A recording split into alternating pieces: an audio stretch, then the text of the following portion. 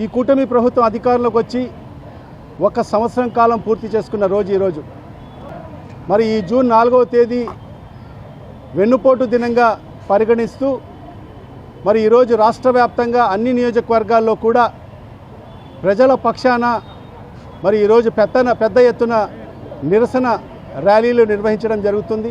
మరి చంద్రబాబు నాయుడు గారి సారథ్యంలో మరి చంద్రబాబు నాయుడు గారు అయితేమి, మరి ఉప ముఖ్యమంత్రి పవన్ కళ్యాణ్ గారు అయితేమి, మరి అందరూ కూడా మరి రాష్ట్ర ప్రజలకు అనేక హామీలు ఇవ్వడం జరిగింది.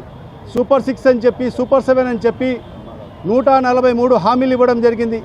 మరి అధికారంలోకి వచ్చిన తర్వాత మరి 1 సంవత్సరం కాలంలో ఏ ఒక్క హామీ కూడా నెరవేర్చుకోకుండా ఈరోజు ప్రజలందరినీ కూడా, అన్ని వర్గాల ప్రజల్ని మరి ఈరోజు వెన్నుపోటు పొడవడం జరిగింది.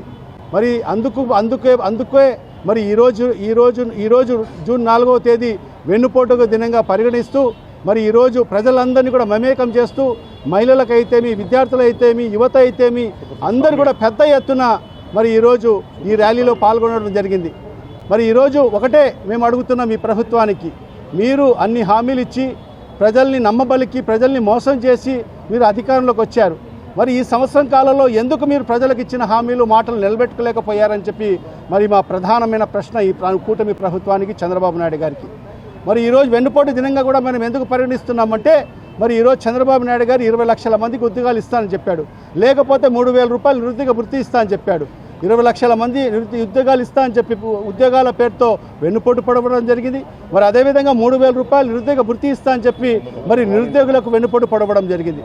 మరి అదేవిధంగా ఉచిత బస్సు ఇస్తానని చెప్పి మహిళలకు అందరికీ కూడా వెన్నుపోటు పడవడం జరిగింది.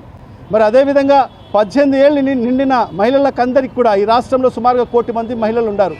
మరి వాళ్ళకందరికీ కూడా నెలకు 15,000 చొప్పున సంవత్సరానికి 18,000 ఇస్తానని చెప్పి మరి ఈ సంవత్సరం కాలంలో 1 నయా పైసా ఇవ్వలేదు. వాళ్ళకందరికీ కూడా వెన్నుపోటు పడవడం జరిగింది. నీకు 15,000, నీకు 15,000, నీకు 15,000 అని చెప్పి ఇంట్లో ఎంతమంది విద్యార్థులు ఉంటే వాళ్ళకందరికీ కూడా 15,000 ఇస్తానని చెప్పి మరి ఈ సంవత్సరం కాలంలో ఒక్కరికి 1 నయా పైసా ఇచ్చిన దాఖలాలు లేవు. మరి ఈరోజు ఈ రాష్ట్రంలో ఉండే సుమారుగా 55 లక్షల తల్లులకు వెన్నుపోటు పడవడం జరిగింది. మరి అదే కాకుండా మరి ఈరోజు ఏదైతే జాబ్ క్యాలెండర్ ఇస్తా అని చెప్పారు ప్రతి సంవత్సరం, మరి ఆ జాబ్ క్యాలెండర్ ఇవ్వకోకుండా ఈరోజు మరి నిరుద్యోగులకు అందరికీ కూడా వెన్నుపోటు పడవడం జరిగింది.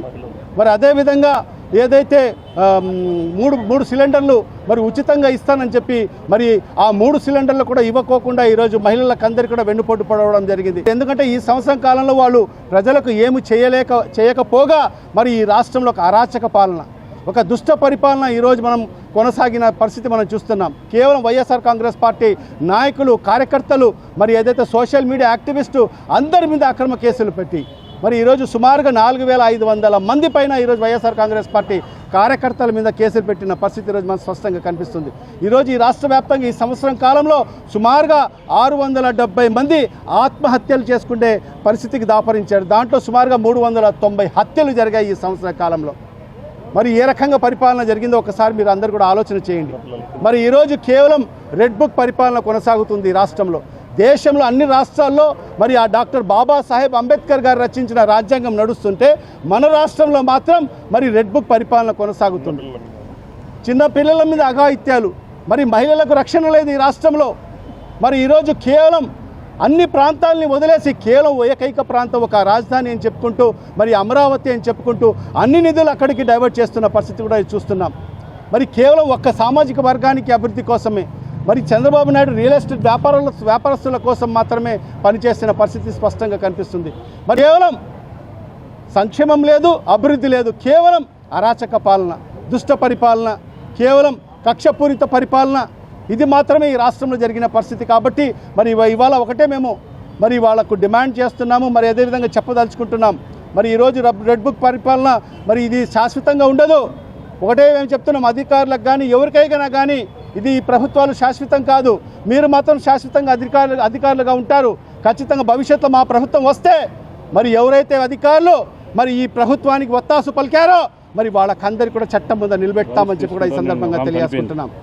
మరి ఈరోజు ఒకటే మేము లోకేష్ బాబు కానీ మరి కూటమి ప్రభుత్వానికి మనం తెలియజేసుకుంటున్నాం. మరి ఏదైతే మొన్న మహానాడులో కూడా మరి లోకేష్ మాట్లాడుతూ మరి రెడ్ బుక్ చూస్తుంటేనే అందరికీ తడిసిపోతున్నాయని చెప్తున్నాడు.